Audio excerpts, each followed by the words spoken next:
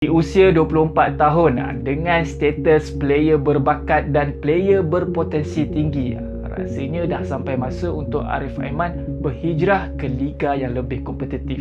Nak tengok juga macam mana Arif Aiman ni survive dekat kelab yang lain. Takkan nak play safe je main dengan JDT. Cuma kita harapkan kalau Arif Aiman berhijrah keluar daripada JDT, dia berhijrah ke kelab yang lebih baik lah. Yang penting kelab tu bermain di peringkat tertinggi, di peringkat Champions League. Dan yang paling penting juga, kelab tu tak ada masalah kewangan atau masalah yang bukan-bukan.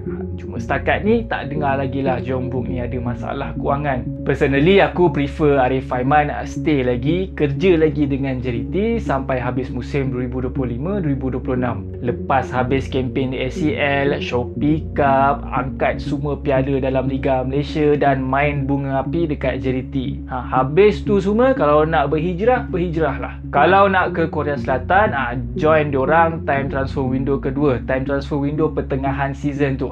Okey juga. Setakat ni tak ada official statement lagi sama ada daripada Jeonbuk ataupun JDT berkenaan dengan perpindahan Arif Aiman ni, tapi Arif Aiman ada bagi hint dekat IG story dia.